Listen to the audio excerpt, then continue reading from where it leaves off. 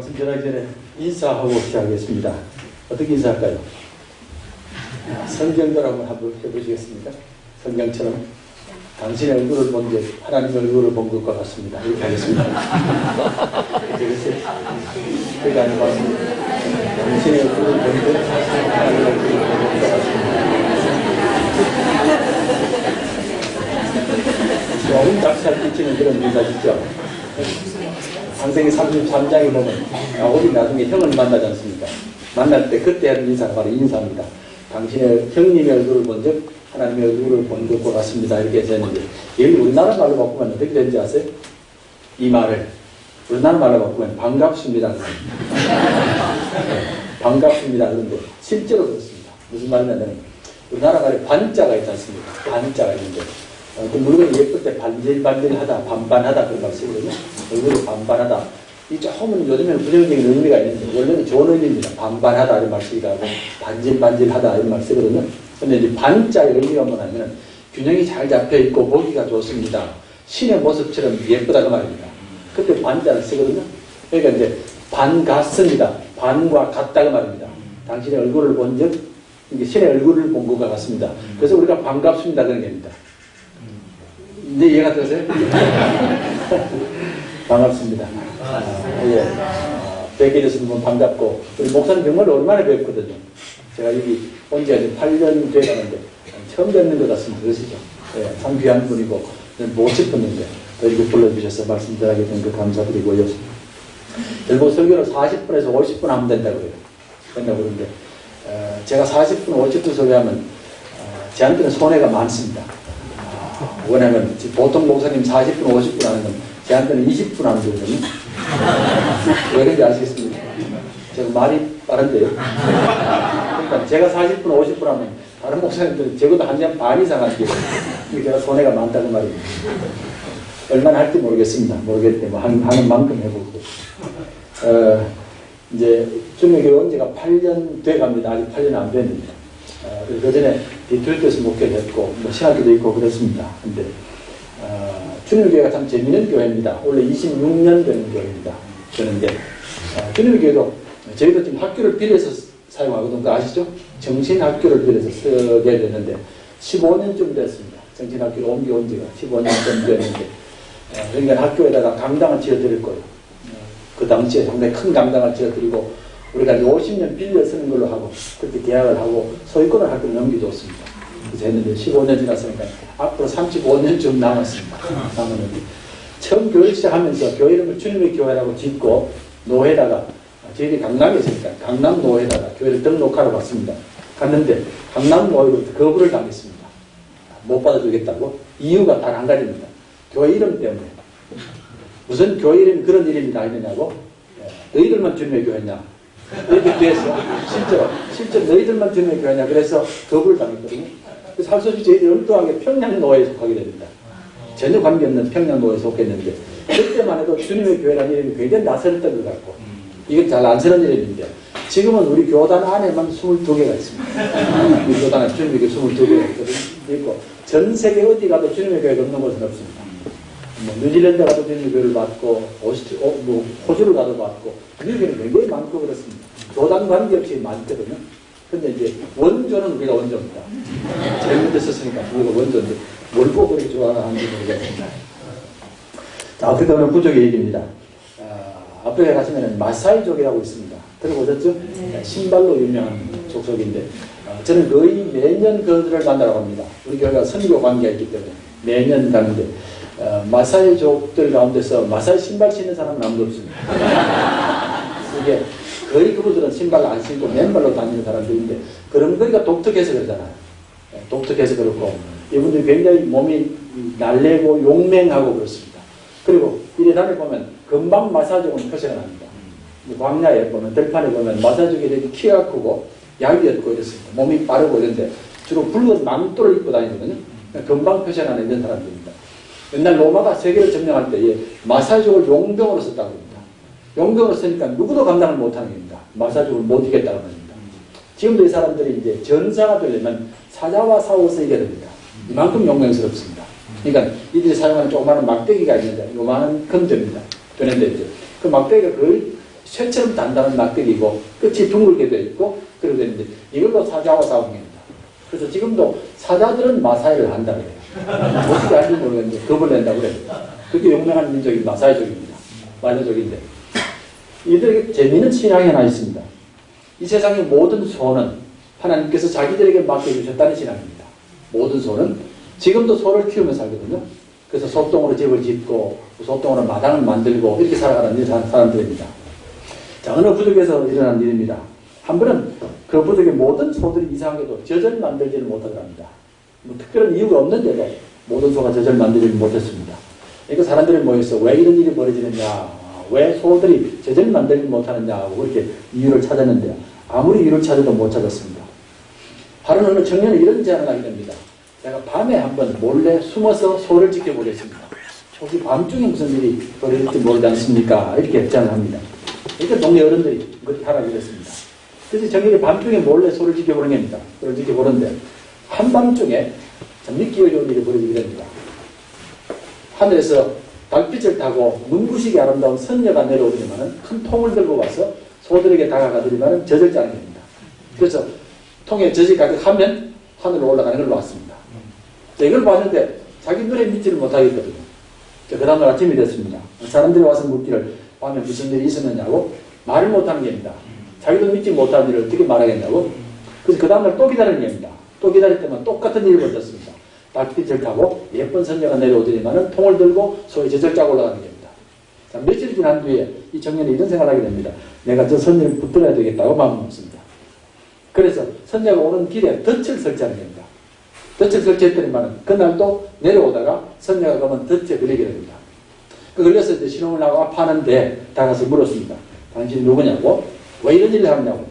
이럴 때만은 이 선녀가 하는 말이 나는 하늘에 사는 선녀인데 하늘에 먹을 것이 없어서 이렇게 내려와서 먹을 것을 가지고 갑니다. 빨리 나를 풀어달라고 내가 빨리 돌아가야 됩니다. 이런 고통이 심하니까 이제 예언을 했습니다. 간절하게 예언을 하는데 이 청년이 들은 척 만척하는 겁니다.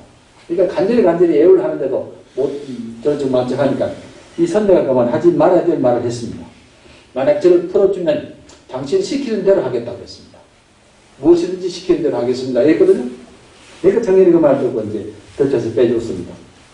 그리고 하는 말이 나와 결혼해 주십시오 그랬습니다. 자, 시키는 대로 하려고 했으니까. 이 선녀가 한참 망설이 들이만 대답을 하기를 결혼하겠습니다. 근데 한 가지 조건이 있습니다. 내게 3일간만 시간을 달라고 3일 뒤에 다시 오겠습니다. 그랬습니다. 여기 정년이 뭐 3일간 기다리겠다고 3일이 지났습니다. 선녀가 내려오는 게 아니라 내려오는데 다시금 큰 통을 하나 들고 오더랍니다.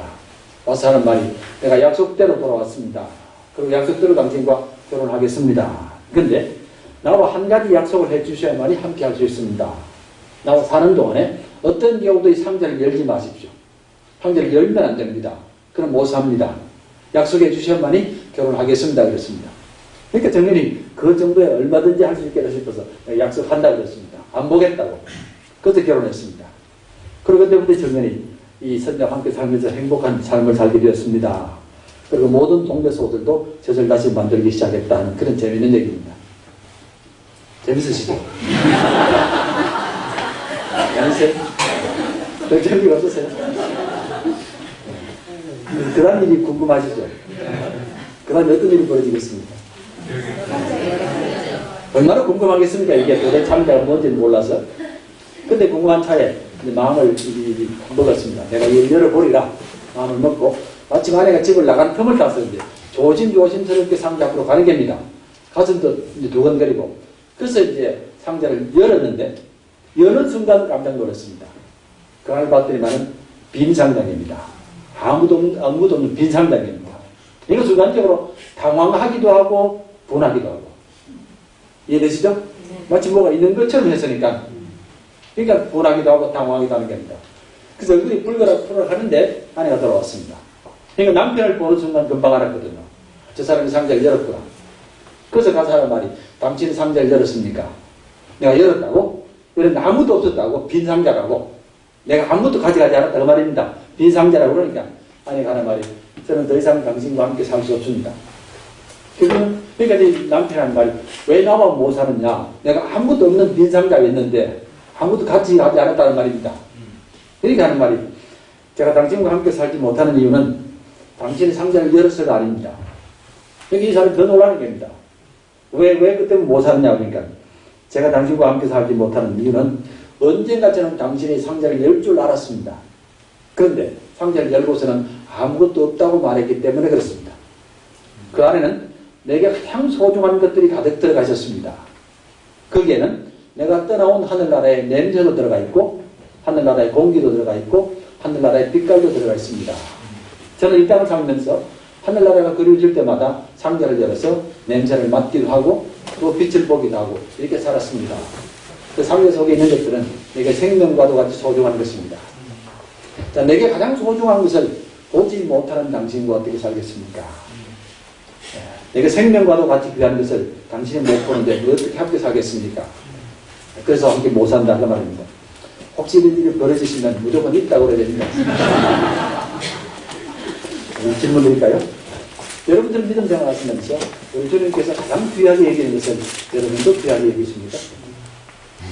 주님께서 보시는 것을 여러분도 보시고 주님께서 느끼시는 것을 여러분도 느끼십니까? 아니면 혹시라도 우리가 주님과 함께 한다고 말하지만 주님께서 보는 것을 보지 못하지는 않습니까? 주님께서 참으로 귀하게 여기는 것을 귀하게 여기지 않지는 않습니까? 저는 개인적으로 하루를 시작하면서 늘 주기도문을 외우고 시작을 합니다. 하는데 주기도문 어떤 때는 50번도 외우고 100번도 외우고 그렇습니다. 왜냐하면 운동을 하면서 주기도문을 외우기 때문에 100번 좋게 외웁니다. 외우고 하는데 단지 암송하는 데 그치지 않고 가능하면 시간만 있으면 한 구절 한 구절을 이렇게 새기면서 그렇게 기도합니다. 하늘에 계신 우리 아버지 이래놓고 하나님께서는 이 땅의 모든 생명들의 아버지십니다. 오늘도 모든 생명을 돌보시고 먹이시고 보호하시는 아버지십니다. 그리고 아버지 떠난 생명들을 찾기 위하여 애쓰시는 분입니다. 이렇게 혼자서 풀어보는 겁니다. 이렇게 풀면서 한 절 한 절을 이렇게 외우며 기도해 봅니다. 자, 기도할 때마다 갖는 제 바람은 이 기도가 저의 기도가 되면 좋겠습니다. 나도 주님처럼 기도할 수 있으면 좋겠습니다 하는 이런 간절한 바람을 갖습니다. 주기도문 안에는 주님의 간절한 소망도 담겨져 있고 주님의 뜻도 담겨져 있고 우리를 향하신 하나님의 뜻도 함께 담겨져 있습니다. 비록 짧은 기도문이지만 주님의 전체를 말할 수도 있다고 아니면 성도들의 전체를 말할 수 있는 그런 내용들이 담겨져 있기 때문입니다. 하나님 사랑도 담겨져 있고 이웃 사랑도 함께 담겨져 있고 예수 믿는 사람들로서의 마땅히 가져야 될 바른 믿음의 자세, 바른 삶의 자세도 함께 담겨져 있는 게 주기도문입니다. 자, 주기도문의 중요성을 이렇게 말씀드릴 수 있을지 모르겠습니다. 우리가 한번 성경을 보시면 구약과 신약으로 나누지 않습니다. 나누어진데 만약에 둘 중에 하나를 택하라 그러면 어느 걸 택하겠습니까? 구약과 신약 가운데 택하라면 당연히 많은 분들이 신약을 택하실 텐데 그러시죠? 우리 신약에는 여러 부분들이 있습니다. 제일 앞에 공간복음서가 있고 그 다음에 사복음서가 있고 역사서 사도행전이 있고 그 다음에 교리서들이 있습니다. 고린도전서 갈라디아 이런 책들이 있고 뒤에 목회서실이 있고요. 마지막에 묵시록이 있습니다. 이런 여러 부류 가운데서 가장 중요한 부류 하나를 뽑으라면 어느 걸 뽑겠습니까? 계시록을 뽑겠습니까? 공간복음서를 뽑겠습니까? 사도행전을 뽑겠습니까? 공간복음을 뽑으셔야 되잖아요. 왜냐하면 예수님의 행적이 들어가 있지 않습니까? 물론 사도행전도 중요하고 로마서도 중요하지만 예수님의 행적이 들어가 있는 공간복음서를 뽑을 겁니다. 그러면 마태, 마가, 누가복음 중에서 공간복음서 중에서 가장 중요한 부분을 뽑으라면 뭘 뽑겠습니까? 우리 개인마다 다릅니다. 다른데 많은 학자들은 산상순을 뽑습니다. 예수님께서 산에서 가르치신 보배와 같은 가르침, 이게 마태복음 5장에서 7장 사이에 들어가 있습니다. 그러시죠? 그러면 마태복음 5장과 7장 사이에서 가장 중요한 부분을 만약에 택하라면 어느 게 택하라는 얘기입니다. 한가운데에 주기도문이 있습니다. 정확하게 한가운데에 위치적으로 한가운데에 있습니다. 그리고 주기도문 앞의 내용과 주기도문 뒤의 내용이 대칭을 이루고 있습니다. 이렇게 보면 주기도문이 얼마나 중요한가를 알 수 있습니다. 물론 학자마다 다르고 개인마다 다를 수 있겠지만 그러나 우리가 만약 이게 맞다면 정확히 답이 아니더라도 얼마나 중요한가를 알 수 있다는 얘기입니다. 자, 예수님 계신 당시에 많은 사람들이, 많은 선생들이 자기들의 제자들에게 기도문을 만들어서 줬습니다. 그때는 학교도 제대로 없고 책도 제대로 없기 때문에 기도문을 만들어주면 제자들이 늘 그 기도문을 외우면서 선생님의 가르침을 기억하는 겁니다. 한 번은 세례 요한이 제자들에게 기도문을 가르쳐 줬습니다. 그 기도문이 남아있지는 않습니다.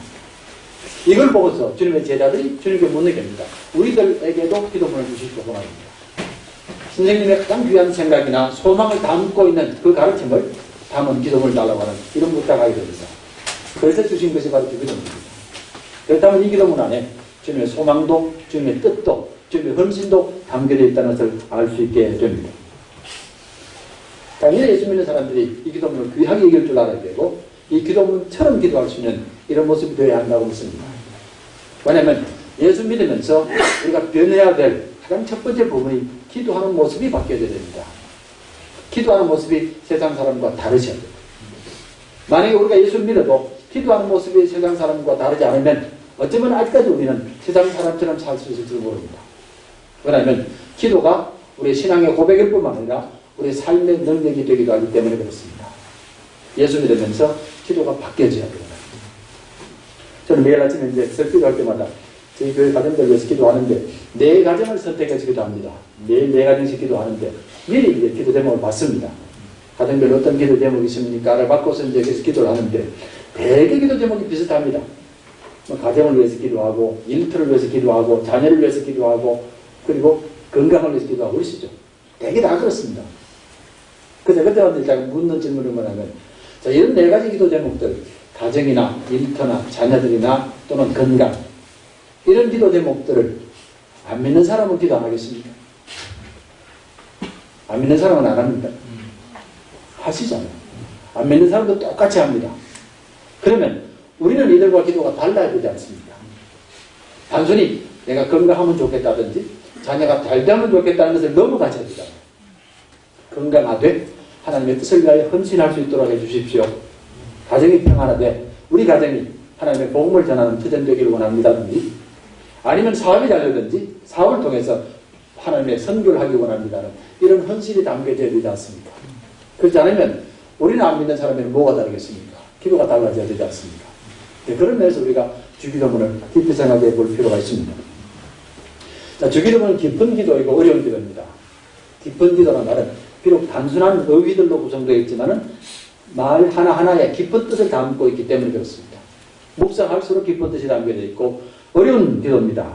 어렵다는 말의 의미는 내용을 이해하기 어렵다는 말이 아니고 주님처럼 기도하기 어렵다는 말입니다. 이 기도는 주님의 마음을 품지 않고서는 할 수 없는 기도입니다. 내용의 구성이나 내용의 앞뒤가 주님의 마음을 품을 때 비로소 이 기도가 나오지 그렇지 않으면 이 기도가 안 되는 기도입니다. 저도 지금 오랫동안 이 기도를 매일매일 하고 있고 하지만 아직까지 이 기도하기가 그렇게 어렵습니다. 늘 내가 하는 기도와 이 기도가 다른 모습을 가지고 있기 때문에 그렇습니다. 저는 성당에 붙어있는 기도문이라고 합니다. 저는 우리라는 말을 쓸 수가 없습니다. 하늘에 계신 우리 아버지가 말입니다. 우리라는 말을 쓸 수 없습니다. 왜냐하면 제가 제 자신을 위하여 살기 때문입니다. 저는 이 기도할 때마다 아버지라는 말을 쓸 수 없습니다. 왜냐하면 제가 날마다 그분의 자녀처럼 살지 않기 때문입니다. 저는 하늘이라는 말을 쓸 수 없습니다. 왜냐하면 제가 그곳에 보화를 샀지 않기 때문입니다. 저는 이런 거룩히 여김을 받으시옵소서라고 기도할 수 없습니다. 왜냐하면 제가 거룩하려고 하지 않기 때문에 그렇습니다. 저는 나라가 이루어지게 하옵소서 기도할 수 없습니다. 제가 온 힘을 다하여 그 놀라운 나라가 속히 오도록 힘쓰지 않기 때문입니다. 저는 뜻이 이루어질지어다 그렇게 기도할 수 없습니다. 제가 하나님 말씀에 순종하지 않기 때문입니다. 저는 하늘에서 같이 땅에서도 이렇게 기도할 수 없습니다. 왜냐하면 제가 이 땅에서 그분을 온전히 섬기지 않기 때문입니다. 저는 오늘날 우리에게 일용할 양식을 주옵시고 라고 기도할 수 없습니다. 제가 정직하지도 않고 온갖 핑계함으로 물질을 구하기 때문입니다. 저는 우리 죄를 사하여 주옵소서 이렇게 기도할 수 없습니다. 제가 누구에든지 나쁜 감정을 쉽게 품기 때문입니다. 저는 시험에 들지 말게 하지 마옵시고 이렇게 기도할 수 없습니다. 저는 의도적으로 그 길을 가기 원하기 때문입니다. 저는 악에서 구하옵소서 기도할 수 없습니다. 제가 하나님의 전신갑주를 입고 있지 않기 때문입니다. 저는 나라가 영원히 하나님의 것입니다. 이렇게 기도할 수 없습니다. 제가 신실한 종으로 하나님께 충성하지 않기 때문입니다. 저는 권세를 그분께 돌려드릴 수 없습니다. 저는 사람들이 어떻게 할까를 더 두려워하기 때문입니다. 저는 영광을 그분에게 돌려드릴 수 없습니다. 항상 저는 제 자신께 영광을 구하기 때문입니다. 저는 영원이라고 말할 수 없습니다. 제 삶의 반경이 이 땅, 이 시간에 묶여있기 때문입니다. 이렇게 기도하는 걸 봤습니다. 주기도문은 크게 세 부분으로 나누어져 있습니다. 먼저는 하나님에 대한 부분이 나오고, 우리에 대한 부분이 나오고, 다시 하나님께로 돌아가는 이렇게 구성되어 있습니다. 첫 부분은 하나님께서 이름이 그렇게 여김을 받기 원하시고, 하나님의 나라가, 하나님의 뜻이 이 땅에도 이루어지기 원합니다. 그리고는 우리에 대한 부분입니다. 일용을 양치해 주시고, 시험에 들지 말게 하시고, 악에서 구하옵소서. 다시 하나님께로 돌아갑니다. 나라와 권능과 영광이 영원히 아버지 것입니다. 이런 구조 자체가 중요한 의미를 담고 있다고 믿습니다. 주님께서는 가장 먼저 하나님의 이름과 하나님의 나라와 하나님의 뜻을 구했습니다. 가장 먼저 구했고 가장 많이 구했습니다. 여러분이 기도해 보시면 이 부분이 가장 많은 부분입니다. 아버지 하나님, 하나님의 이름이 그렇게 여김 받으시고 아버지의 뜻이 하늘에서 이루어진 것처럼 땅에서도 이루어지다. 이 첫 부분이 가장 많은 부분을 차지하고 있습니다. 가장 먼저 기도하셨고 가장 많이 기도하셨다는 말입니다. 왜냐하면 이 기도가 되지 않기 때문에 이 땅에 수많은 생명들이 고통받고 있기 때문입니다. 있습니다. 하나님의 이름이 있어야 될 자리에 우상이 놓여 있습니다. 하나님의 이름이 있어야 될 자리에 사람이 있습니다. 하나님의 이름이 있어야 될 자리에 내가 영광을 차지하려고 합니다. 이러므로 말미암아 이 땅이 고통을 하고 있습니다. 이 땅의 모든 고통의 근본 원인은 하나님의 이름이 거룩히 여김 받지 않는 것 때문이고 하나님의 나라가 이루어지지 않기 때문입니다. 이를 알기 때문에 주님께서는 가장 먼저 기도하셨고 가장 많이 기도하신 겁니다. 우리는 어떻습니까? 우리는 하루를 시작하면서 기도할 때에 정말 하나님께서 원하시는 것, 하나님께서 일하시는 것을 위하여 얼마나 기도하시고 이것이 얼마나 먼저 앞서갑니까? 아니면 우리의 것이 먼저 가지 않습니까? 하는 이런 생각을 해보게 됩니다. 당연히 하나님 이름이 회복되어야만이 이 땅의 생명들이 회복이 됩니다. 수많은 우상들 때문에 이 땅의 생명들이 고통을 받습니다. 자연이 고통을 받습니다. 하나님 이름을 하나님으로 대할 줄 알 때에 비로소 이 땅이 회복될 수 있기 때문입니다. 하는 이런 뜻입니다. 그래서 가능하면 이렇게 기도하려고 합니다.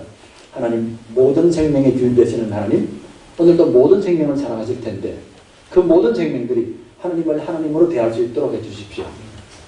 그들이 하나님을 부를 수 있으면 좋겠고 그들이 하나님을 예배할 수 있으면 좋겠고 그들이 하나님의 거룩함을 알 수 있으면 좋겠습니다. 아울러서 하나님의 나라가 이 땅에 이루어지면 좋겠습니다. 하늘에서 이루어진 것처럼 이 땅에서도 이루어지길 원합니다. 내 삶 속에서도 이루어지길 원하고 내가 처해 있는 지역 사회 속에서 이루어지면 좋겠고 서울 땅도 이루어지면 좋겠고 하는 이런 것들입니다. 자, 우리가 이 기도를 가장 먼저 드려야 될 또 다른 중요한 이유가 있습니다. 이 기도가 빠지면, 이 기도가 뒤로 물러나면 우리도 유대인처럼 되기 때문에 그렇습니다. 유대인들은 문제가 뭐겠습니까? 왜 유대인들이 그 귀한 축복을 다 잃어버렸겠습니까? 첫 번째 기도를 잃어버렸기 때문에 그렇습니다. 먼저 하나님의 나라와 하나님의 뜻을 위한 그 기도를 잃어버리면 유대인들처럼 우리도 축복을 잃을 수밖에 없다는 말입니다. 하나님의 선택을 받았고 하나님의 축복을 받았습니다. 당연히 이들은 하나님의 사명을 위하여 선택받은 사람들입니다. 자신들을 위한 축복이 아니고 자신들을 위한 선택이 아니라 이 땅의 모든 생명들, 이방 사람들, 모든 피조물을 위하여 선택받은 사람들입니다. 그런데 시간이 지나면서 점점 하나님의 축복과 은총을 자기를 위하여 쓰기 시작하게 됩니다. 그러더니만 급기야는 이방 사람을 멸시하기 시작합니다. 이방 사람을 정죄하기 시작하고 멸시하기 시작하는 겁니다. 저들을 구원하라고 축복하셨는데 구원하라고 축복했는데 오히려 시간이 지나면서 이방 사람을 멸시하는 모습이 나타나게 됩니다. 왜냐하면 하나님의 부르심을 잊어버렸기 때문입니다.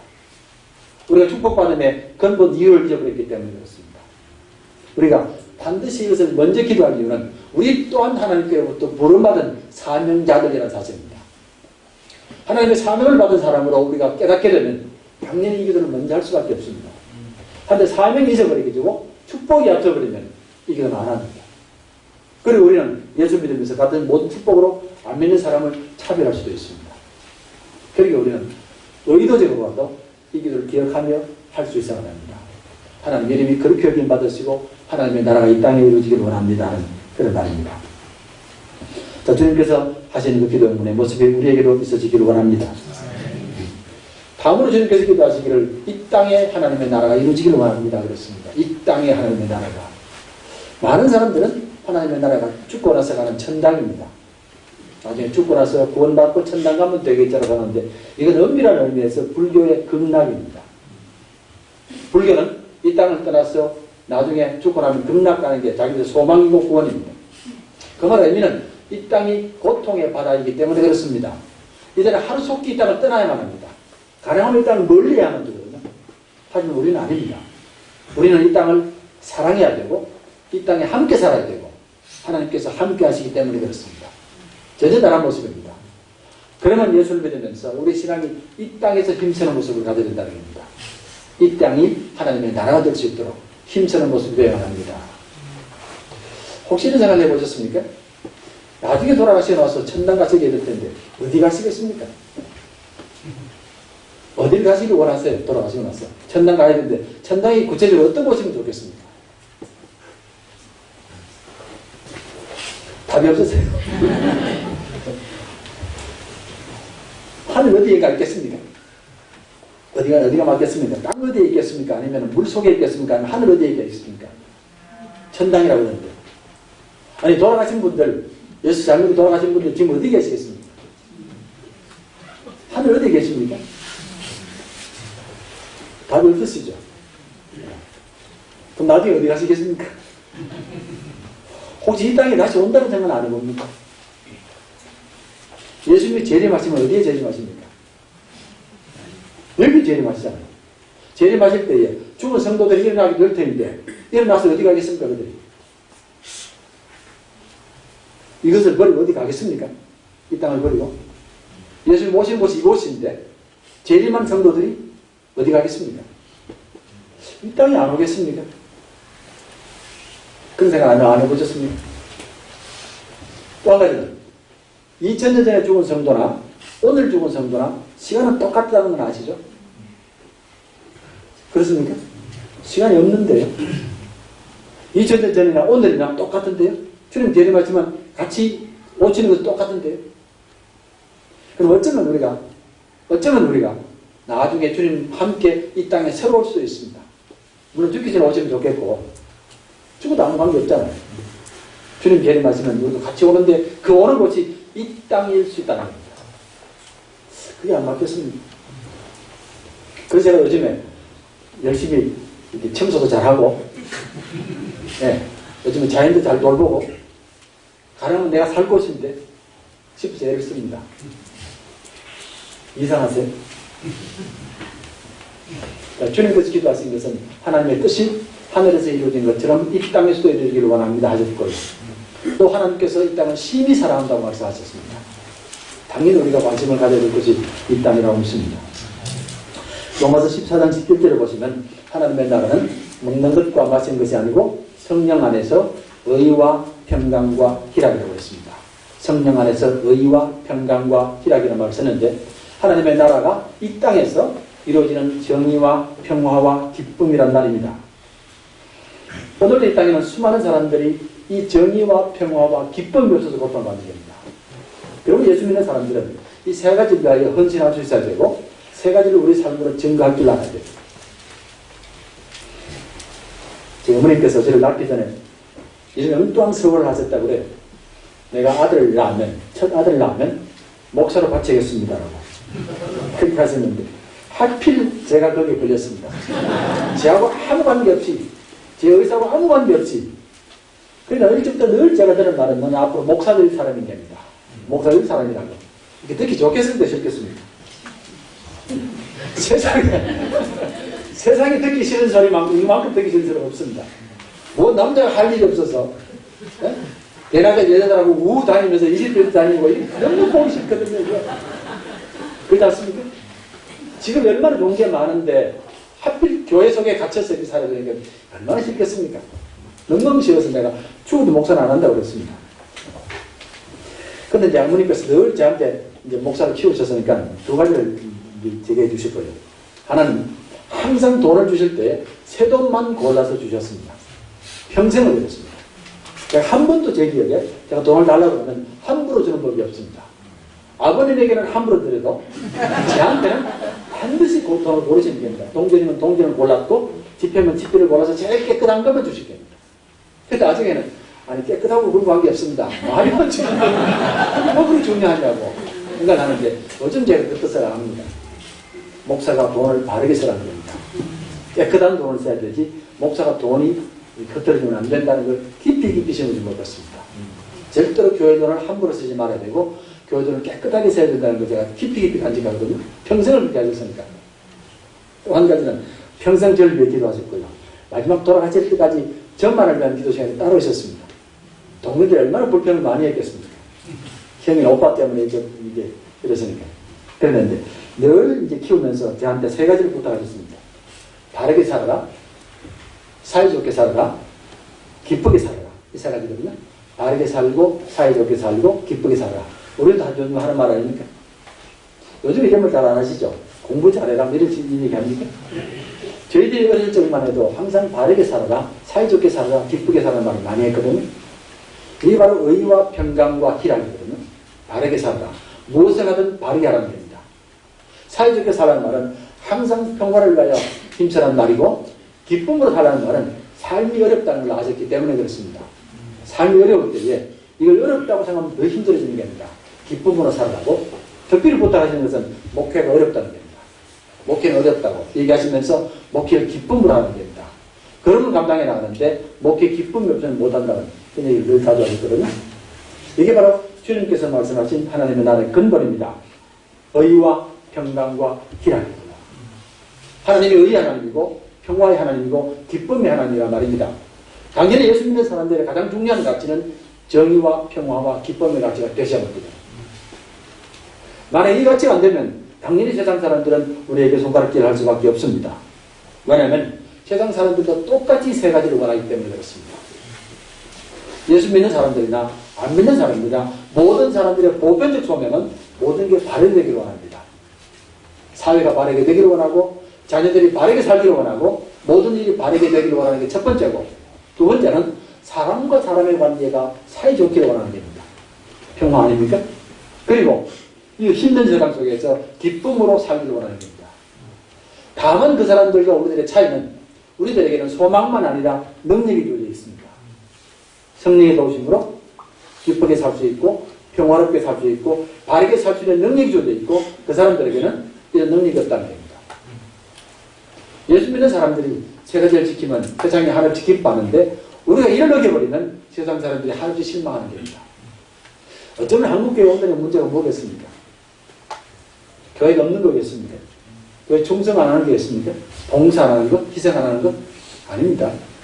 우리 한국교회인들 누구보다도 열심히 하는데 문제는 의와 평강과 희락이 없는 겁니다.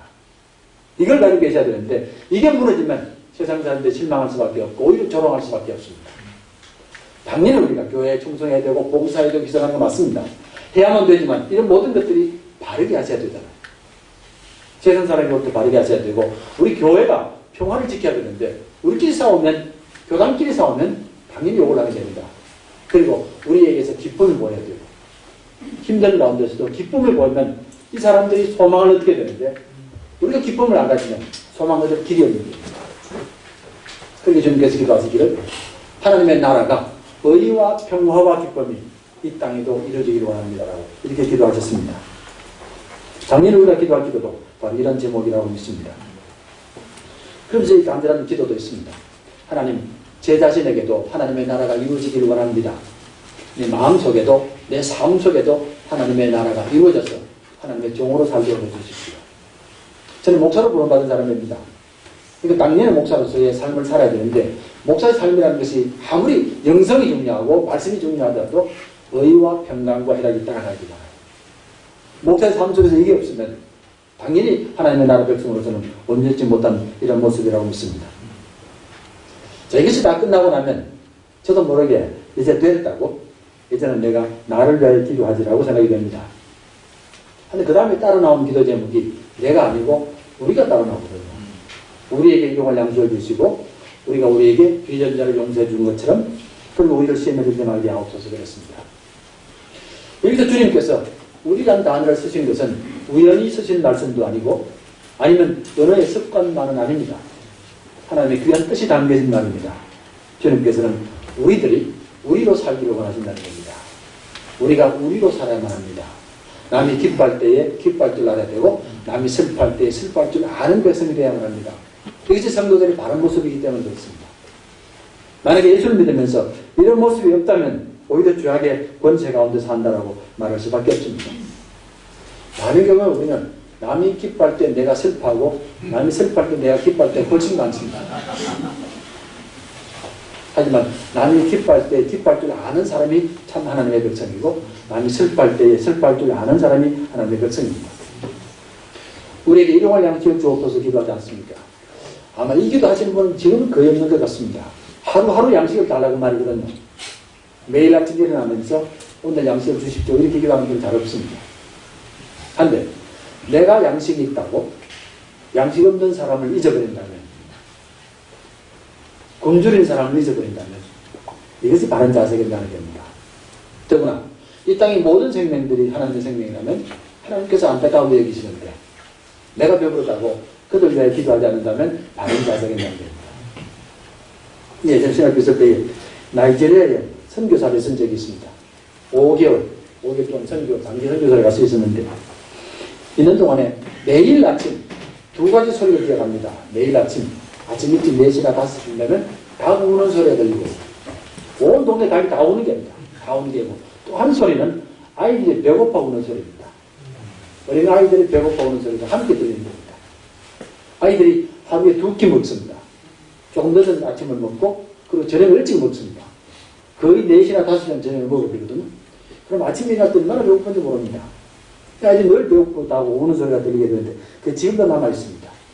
그러니까 내가 비록 오늘 먹을 양식이 있다 할지라도 얼마나 많은 아이들이 울면서 아침을 맞아야 되거든요. 그런 아이들이 있다는 생각하면 왜 그들 위해 기도하지 않겠냐는 겁니다. 우리에게 일용할 양식을 달라고 내가 양식이 있다고 만족하지 마십시오. 그리고 내가 이틀분이나 사흘분도 자꾸 가지려고 하지 마십시오. 내가 많이 가지면 나로 말미암아 굶주린 사람이 있습니다. 그런 말입니다. 그러니까 일용할 양식을 달라는 기도가 얼마나 중요한 기도인지 모릅니다. 배고픈 고통이 너무나 큰 고통이잖아요. 아침을 배고프게 맞으면서 일어난다는 게 얼마나 큰 고통이겠습니까? 오늘 죄 용서 기도입니다. 우리가 우리에게 죄지은 자를 사해 준 것처럼 우리 죄를 사해 주옵소서. 자, 양식이 우리 몸을 위한 것이라면 죄 용서는 우리의 영혼을 위한 것입니다. 우리 몸은 양식으로 살아가고 우리 영혼은 용서하고 용서받음으로 살아갑니다. 당연히 우리의 영혼은 용서를 알아야만 합니다. 사람의 영혼이 가장 고통스러워하는 것은 용서받지 못하는 것과 용서하지 못하는 것입니다. 용서받지 못하는 것도 고통이고 용서하지 못하는 것도 고통입니다. 반드시 사람은 용서하며 살아야 되고 용서받으며 살아야만 합니다. 칼 메닝이라는 아마 심리학자를 아시는 분이 계실 텐데 세계적인 심리학자입니다. 근데 이분의 말 속에 보면 얘기 나옵니다. 만약 정신병원에 있는 환자들이 내가 용서받았다는 사실을 알기만 하면 그 다음 날로 환자들의 75%가 병원을 나갈 것입니다. 환자들의 75%가 정신병원 가진 사람들의 수많은 사람들이 용서받지 못했기 때문에 용서하지 못하기 때문에 고통을 받는다는 겁니다. 이만큼 용서하는 것이 중요하다는 말입니다. 해바라기라는 책이 있습니다. 선플라워라는 책인데 이 책은 독일의 포로소용소에서 독일의 이자들인데 포로소용소 살았던 사이먼 비젠탈이라는 분이 쓴 그런 얘기가 담긴 책입니다. 사이먼 비젠탈이 어린 나이에 어머니, 할머니와 함께 포로수용소에 끌려갔습니다. 독일의 포로수용소에 끌려갔는데 거기에서 이 아이는 어머니가 화물차에 끌려가면서 죽는 것을 봤습니다. 그 할머니는 계단에서 총을 맞아 죽는 것을 봤습니다. 그리고 그곳에서 자기네 친척 87명이 죽습니다. 거의 모든 친척이 다 죽었습니다. 그런데 이 포로수용소에서 이 아이가 살아남았습니다. 살아남아서 나중에 나오게 되는데 나오서 그 후에는 세계적인 나치 추적자가 되는 겁니다. 나치를 다 찾아다니면서 그 사람을 이제 재판자를 세우는 일을 하게 됩니다. 수용소에서 나올 때에 함께 나온 사람들 이렇게 맹세했다고 합니다. 절대 잊지 말아야 된다. 절대 용서하지 말아야 된다. Never forget, never forgive 됩니다. 우리 어떤 경우도 잊어서는 안 되고 어떤 경우도 용서해서는 안 된다. 이렇게 다짐하고 나왔다고 합니다. 수용소에 있는 동안 이 아이는 하루는 독일군 부상자들이 있는 그런 병원에서 쓰레기 치우는 일을 하게 됩니다. 그런데 독일군이 누워있는 그 병원은 자기가 다녔던 학교입니다. 그런데 쓰레기를 치우는 하루는 간호사 한 명이 자기를 따로 불렀습니다. 그래서 따라갔더니만은 간호사가 한 독일 병사가 누워있는 그 병실로 인도합니다. 그러고 나서는 간호사는 떠났습니다. 떠난 뒤에 독일 병사가 누워있으면서 자기를 소개한 겁니다. 나는 독일 사람이고 칼이다. 이름이 칼이다. 당신은 유대인이기 때문에 어린아이지만 유대인이기 때문에 내가 행한 일을 너에게 말해주마. 내 얘기를 꼭 들어달라고 부탁합니다. 그러면서 자기 얘기를 시작합니다. 나는 천주교 신자로 자랐지만 히틀러 소년단에 가입해서 신앙을 버렸고 히틀러에게 충성하다가 러시아와의 전투에서 큰 상처를 입었다. 이런 얘기 쭉 해나가는데 아이가 견디지 못해서 자꾸 도망가려고 합니다. 그래서 병사가 끝까지 손을 놓지 않습니다. 그러더니만 마침내 최근에 우크라이나와 독일 군사에 일어난 일을 상세하게 말하게 됩니다. 어느 마을에서 우크라이나와 병사들과 이 독일 병사가 이제 전쟁을 하게 되는데 그 전투에서 독일군이 30년가량이 죽었습니다. 죽게 되자 독일 사람들이 그 동네에 있는 모든 유대인들 다 불러 모았습니다. 300명 가까운 사람을 불러놓고 건물 속에 다 가두었습니다. 가두어 기름을 붓고 그 불을 질러버렸습니다. 튀어나오는 사람들은 다 총으로 다 죽였습니다. 그러니까 불이 붙게 되자 사람들이 막 몸부림치면서 튀어나오는 겁니다. 튀어나오니까 그때에 그 사람들 다 죽입니다. 이때 어린 아이가 이 비젠탈이 더 이상 걷지를 못해서 손을 뿌리칩니다. 그러니까 예언하면서 끝까지 들어가고 내가 마지막까지 말하면 끝까지 들어가고 2층 창문에서 어린아이를 안고 있는 한 남자와 여자를 내가 봤다. 남자는 아예 눈을 가리고 있었고 그리고 뛰어내리려고 하고 있었고 여자도 그를 따르고 있었다.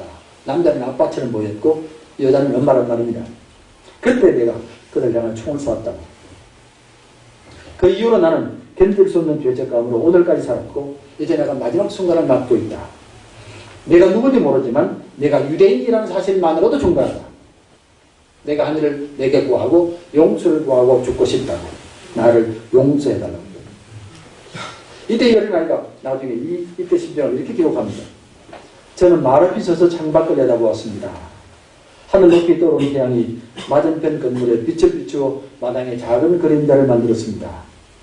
바깥의 찬란한 햇빛과 방 안에 깔려있는 죽음의 그림자는 너무나 잔혹한 시대에 그림자를 대조적으로 보여주고 있었습니다. 한 사람은 침대에 누워서 편안하게 죽고 싶지만 그 끔찍한 그 사람 옆에 사형 선고를 받은 내가 있었습니다. 저는 전 세계를 불태운 공포의 종말을 보기 위하여 절대 죽어서는 안 된다고 믿었습니다. 결국 저는 마음에 결심을 했고 아무 말도 없이 그 사람의 말을 뒤로 한 채로 그 방을 빠져나왔습니다. 용서해달라는 말을 뒤로 한 채 빠져나왔다는 겁니다. 그 일로 말미암아 이 사람이 나중에 깊은 죄책감을 가지게 됩니다. 용서해달라고 몸부림치는 그 사람을 외면했기 때문에 그렇습니다. 그리고 동료들에게 물었습니다. 당신들이라면 어떻게 했겠느냐? 용서를 구하는 그 독일 병사를 용서했겠느냐고 이렇게 말하자 동료 32명 중에 27명이 나도 내처럼 할 것이라고 용서하지 않는다는 말입니다. 당연히 그를 지옥에 가도록 버려둬야 된다. 그것이 법이다. 그것이 마땅한 도리다라고 이렇게 기록을 합니다. 우리가 연약할 때의 기약대로 그리스도께서 경건치 않은 자를 위하여 죽으셨도다. 의인을 위하여 죽은 자가 쉽지 않고 선인을 위하여 용감히 죽는 자가 혹 있거니와 우리가 아직 죄인 되었을 때에 그리스도께서 우리를 위하여 죽으심으로 하나님께서 우리에게 대한 자기의 사랑을 확증하시느니라. 우리가 원수 되었을 때에 아들의 죽으심으로 말미암아 하나님으로 더불어 화목되었은즉 화목된 자로서는 더욱 그의 살아짐을 인하여 구원을 얻을 것입니다. 이뿐 아니라 이제 우리로 화목을 얻게 하신 우리 주 예수 그리스도로 말미암아 하나님 안에서 또한 즐거워합니다. 우리가 원수 되었을 때에 하나님께서 우리를 사랑하셨습니다. 그러면 당연히 우리도 용서하며 사랑할 줄 알아야 할 줄로 믿습니다. 다음으로 기도합니다. 우리가 지금 시험에 들지 말게 하옵소서. 무슨 기도겠습니까? 예수 믿는 사람들이 성령의 도움을 구하는 기도입니다. 우리는 항상 성령의 도움으로 사는 사람들이란 말입니다. 성령의 인도하심을 받아야 되고 성령의 능력을 받아야 되고 성령에 순종하는 이런 사람들입니다. 더 이상 우리들은 세상의 영을 갖고 사는 사람들도 아니고 내 영을 갖고 사는 사람들도 아닙니다. 하나님의 영으로 살아가는 사람들입니다. 그 사람의 본분입니다. 사람은 만들어질 때부터 하나님의 호흡으로 만들어졌기 때문입니다. 예수를 믿음으로 다시금 하나님의 영으로 회복되는 것이 바로 예수 믿는 사람들이라고 믿습니다. 그리고 우리는 마지막으로 하나님께 기도합니다.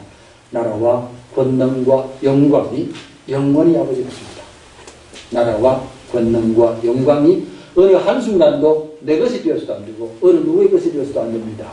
영원히 아버지의 것입니다. 이 땅의 모든 삶의 영역들, 정치, 경제, 사회, 문화, 교육, 모든 영역들이 하나님의 것입니다. 우리에게 주어진 모든 능력들, 모든 권세들 하나님의 것입니다. 내게 공부하는 능력, 내게 돈을 버는 능력, 내게 기술을 다루는 능력, 모든 것들이 하나님의 것입니다. 그러므로 모든 영광이 하나님의 것이란 말입니다. 이 땅의 모든 만물들이 하나님의 것입니다. 내가 가진 모든 능력과 재능도 하나님의 것입니다. 그러므로 당연히 하나님만이 영광을 받으셔야 합니다. 이것이 우리들의 진실한 신앙 고백이라고 믿습니다. 이스라엘 백성들이 광야를 거쳐서 가나안 땅에 들어갔습니다. 40년의 광야를 거친 뒤에는데 애굽에서 나왔던 처음 세대는 여호수아와 갈렙에는 다 죽었습니다. 광야에 다 죽었습니다. 여호수아와 갈렙만이 광야에 들어가게 됩니다. 새로운 세대가 새로운 땅으로 들어갔는데 이때 여호수아가 죽게 됩니다. 근데 그때에 새로운 땅으로 들어가면서 가나안 땅에 들어가면서 이들은 큰 결단을 하게 됩니다. 이렇게 본문이 기록합니다. 여호수아가 죽은 후에 이스라엘 자손이 여호와께 여쭈어 이르되 우리 가운데 누가 먼저 올라가서 가나안 족속과 싸우리이까? 사사기 1장에 나오는 말씀입니다. 사사기 1장 1절에 나오는 말씀입니다. 가나안 땅에 도착하면서 이렇게 먼저 기도하며 가나안 땅에 들어갑니다. 우리 가운데 누가 먼저 올라가서 가나안 족속과 싸우리이까? 이들이 여호와께 여쭈었다라고 나옵니다. 이 질문의 의미를 아시겠습니까? 이들이 가나안 땅에 들어가면서 왕을 포기했다는 거예요. 왕을 포기했습니다. 다른 모든 나라들이 왕을 가지고 있었는데 이들은 왕을 포기했습니다. 우리들에게는 하나님만이 왕이란 말입니다. 하나님만이 왕이기에 하나님만 의지하겠습니다. 그런 뜻으로 그런 신앙의 결단으로 왕을 포기하게 됩니다. 자, 왕이 없는데 어떻게 나라가 이루어지겠습니까? 왕이 없이 어떻게 나라를 지키겠습니까? 왕이 없이 어떻게 나라가 발전하겠습니까? 다른 모든 나라가 다 왕이 있는데 어떻게 이 나라가 왕이 없이 살 수 있겠습니까? 더구나 이제부터 이들은 가나안 땅에 도착한 이후로 수많은 나라들과 싸울 수밖에 없습니다. 쫓겨났던 나라들이 다시 침략하기 때문입니다. 엄청난 전쟁이 기다릴 텐데 왕을 갖지 않겠다는 말입니다. 왜 이들이 왕을 포기했겠습니까? 하나님만이 왕이라는 신앙 고백 때문에 그렇습니다. 우리에게 주어진 이 나라는 하나님의 나라입니다. 우리가 가지고 있는 권세 하나님 것입니다. 모든 영광 하나님 것입니다. 이런 신앙 고백으로 왕을 갖지 않기로 결심을 하게 됩니다.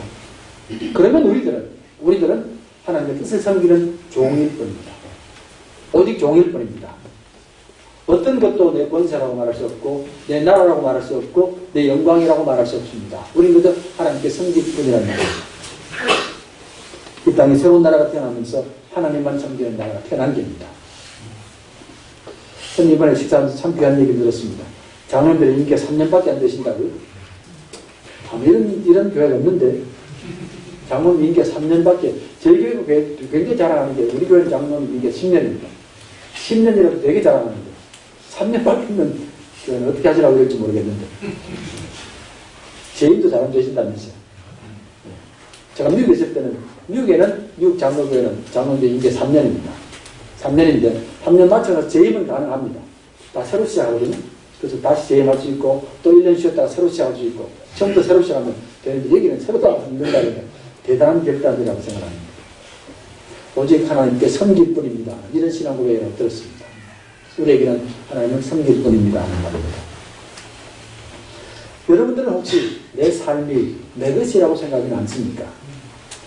내 가진 능력들이 내 것이라고 생각하지는 않습니까? 아니면 내 가진 영광이 내 것이라고 생각하지는 않습니까? 교회는 어떻습니까? 정말 교회가 내 나라라고 이건 내 나라라고 생각하지는 않습니까? 내가 교회에서 권력을 가지려고 하지는 않습니까? 아니면 교회에서 영광을 가지려고 하지 않습니까? 우리가 늘 기도하지 않습니까? 나라와 권능과 영광은 영원히 아버지 것입니다. 그러면서도 교회 안에서 권력을 가지려고 얼마나 애를 쓰는지 모릅니다. 교회 안에서 영광을 차지하려고 얼마나 애를 쓰는지 모릅니다. 그리고 이 나라가 내 나라라고 하는 사람들이 얼마나 많은지 모릅니다. 그래서 교회가 없습니다. 당연히 우리가 모든 것이 하나님의 것이라고 믿어야 할 줄을 믿습니다. 사랑하는 성도 여러분, 주님께서 가르쳐 주신 기도는 그저 한 번씩 할 기도는 아니라고 믿습니다. 가끔 할 기도로 아닙니다. 그리고 똑같이 기도하지 못한다 할지라도 이 기도의 정신과 이 기도의 가르침은 우리 기도 속에 들어가 있어야 되고 우리 삶 속에 들어가 있어야 되고 우리 교회 속에 있어야 될 쪽이 있습니다. 그래야만 이 교회가 하나님의 나라가 될 수 있기 때문에 그렇습니다. 아무쪼록 2000년 귀한 기도가 우리 마음속에 깊이 새겨지길 바라고 우리도 주님처럼 기도할 수 있으면 좋겠습니다.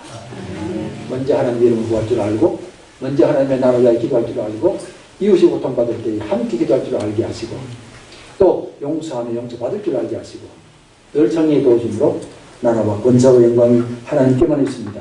기도하는 여러분 되시기를 간절히 축원합니다. 기도하겠습니다.